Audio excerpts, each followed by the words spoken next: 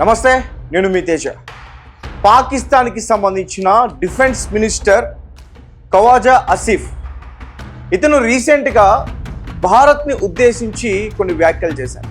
మీ అయోధ్య రామ మందిరాన్ని పేలుస్తాం, అలాగే 250 కిలోమీటర్ల లోపల వరకు కూడా వచ్చి చొరబడి ఇళ్లలో ఉన్న వారిని కూడా బయటకు తీసుకొచ్చి కొడతాం, ఈ రకంగా ఆయన వ్యాఖ్యలు చేయడం అయితే జరిగింది. దీనికి కారణం ఏంటంటే, నిన్న కేరళ ఎన్నికల పర్యటనలో మన డిఫెన్స్ మినిస్టర్ రాజ్నాథ్ సింగ్ గారు కొన్ని వ్యాఖ్యలు అయితే చేశారు. పాకిస్తాన్ బోర్డర్ దగ్గర కవ్వింపు చర్యలకు పాల్పడితే ఈసారి లెక్క వేరే ఉంటుందని ఒక వార్నింగ్ కూడా ఇవ్వడం అయితే జరిగింది. ఎందుకంటే పాకిస్తాన్ డ్రోన్స్ని ఎగరేస్తుంది. సో దీంతో ఆయన వార్నింగ్ అయితే ఇవ్వడం జరిగింది. దీనిపైన రియాక్ట్ అవుతూ పాకిస్తాన్కి సంబంధించిన డిఫెన్స్ మినిస్టర్ ఖవాజా ఆసిఫ్ ఈ రకంగా వ్యాఖ్యలు చేశారు. నిజానికి పాకిస్తాన్ దగ్గర ఇప్పుడు డబ్బులు లేవు, ఎందుకంటే ఒక పక్క వార్ వల్ల చాలా నష్టం చూస్తుంది. గతంలో ఆపరేషన్ సింధూర్తో మనం అటాక్ చేయడం వల్ల వాళ్ళ నిధులన్నీ కూడా ఖాళీ అయిపోయినాయి. అటు చైనా అలాగే అమెరికాని కొద్ది గొప్ప అడుక్కుని కొంచెం డబ్బులు అయితే తీసుకుని తెచ్చుకున్నారు, కొన్నాళ్ళ పాటు గడిపారు. అలాగే రీసెంట్గా ఈ హర్మోజ్ జలసంధి క్లోజ్ చేయడం వల్ల కూడా చాలా కష్టాలు అయితే వచ్చాయి. సరే, ఇంకా ఈ అమెరికాకి ఇరాన్కి మధ్యవర్తిత్వం వహించి కొంచెం లాభం పొందామని ప్రయత్నిస్తే ఇరాన్ చీకొట్టి పంపించింది. సో పాకిస్తాన్కి సంబంధించిన ప్రైమ్ మినిస్టర్ షెహబాజ్ షరీఫ్ ఎవరైతే ఉన్నారో నిజంగా ఇతనికి గాజులేసి పక్కన కూర్చోబెట్టేశారు. నిజంగా ఇంకా మనకన్నా తెలిసేమో ఆయన పేరు షెహబాజ్ షరీఫ్ అని. పాకిస్తాన్లో ఉన్నవారికి అతను ప్రైమ్ మినిస్టర్ అని ఎవరికీ తెలీదు, ఎవరు కూడా అతన్ని గుర్తించరు, ఎవరు కూడా అతను అభిమానించరు, ఎందుకంటే అతని క్యారెక్టర్ అట్లా చేసేసారు. సో ఇకపోతే field marshal army chief Asif Munir ఎవరైతే ఉన్నాడో గతంలో కూడా కొన్ని వ్యాఖ్యలు చేశారు.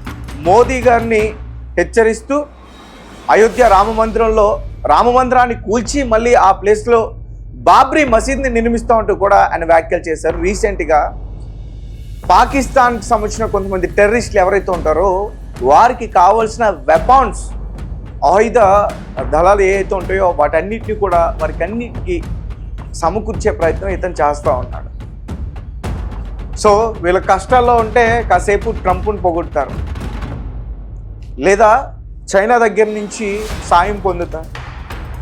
చైనా ఏదో సాయం చేస్తానంటూ కూడా ఒక డమ్మీ మిసైల్స్ ఇస్తుంది. ఆ డమ్మీ మిసైల్స్ని తీసుకొచ్చి మనపైన ప్రయోగిస్తారు. అవేమో గాల్లోనే పేలిపోతాయి, లేదంటే వాళ్ళ దేశంలోనే పేలిపోతాయి. సో రీసెంట్గా ఆపరేషన్ సింధూర్ టైంలో ఒక సంవత్సరం క్రితం చైనాకి సంబంధించిన డ్రోన్స్ కానీ మిసైల్స్ కానీ మనపైన అటాక్ చేయడానికి ప్రయత్నించారు.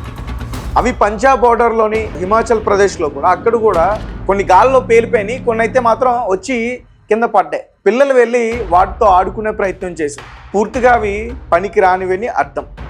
సో అలాంటి మిసైల్స్ని పాకిస్తాన్ చైనా దగ్గర నుంచి కొనుక్కుంటుంది, అది వారి ఇష్టం.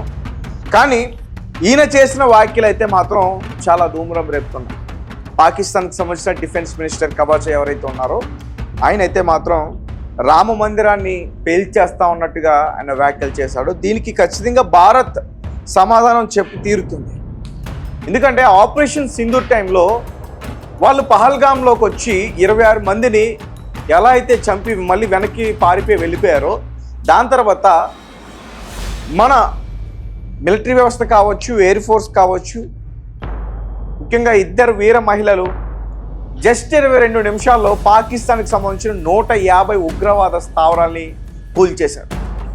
అలాగే ఆ ఉగ్రవాద చర్యలకు పాల్పడుతున్న వాళ్ళ కుటుంబ సభ్యులు కావచ్చు, వాళ్ళ క్యాంపులు కావచ్చు, అవన్నీ కూడా నేలమట్టం చేశారు. జస్ట్ 22 నిమిషాల్లో అదంతా కూడా పూర్తి చేసి వచ్చారు. అయితే రీసెంట్గా కొన్ని డ్రోన్స్ని కూడా వీళ్ళు పిఓకే దగ్గర, ఎల్ఓసి దగ్గర కూడా ఎగరవేయడానికి ప్రయత్నిస్తున్నారు.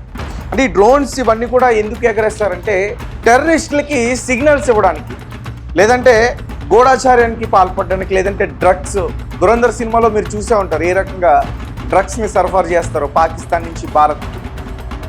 డ్రగ్స్ స్మగ్లింగ్ కావచ్చు, లేదంటే బోర్డర్ ఇన్ఫర్మేషన్ కావచ్చు, లేదంటే వాళ్ళు ఎప్పుడైతే డ్రోన్స్ని ఎగరేస్తారో మన సైన్యం మన డిఫెన్స్ సిస్టమ్ని యూజ్ చేసి వాటిని అంతం చేసే ప్రయత్నం చేస్తుంది. సో దానివల్ల మన మిసైల్స్ డ్రాప్ అవుతూ ఉంటాయి. సో అలాంటివి చేయడం కోసం కూడా వీళ్ళు ఇటువంటి చర్యలకు పాల్పడుతూ ఉంటారు. సో మొత్తానికి రాజ్నాథ్ సింగ్ అయితే మాత్రం నిన్న చాలా గట్టిగా వార్నింగ్ ఇవ్వడం అయితే జరిగింది. ఈసారి యుద్ధం చాలా ఘోరంగా ఉంటుంది. అంటే ఇక జస్ట్ ఉగ్రవాద స్థావరాల వరకు వెళ్ళి మాత్రమే కొట్టొచ్చాడు. ఇక పాకిస్తాన్ ఆక్రమిత ఏదైతే ఉందో ఆక్యుపైడ్ కాశ్మీర్ అక్కడి వరకు వెళ్ళి మాత్రమే మన వాళ్ళు దాడి చేసి ప్రయత్నం చేస్తారు.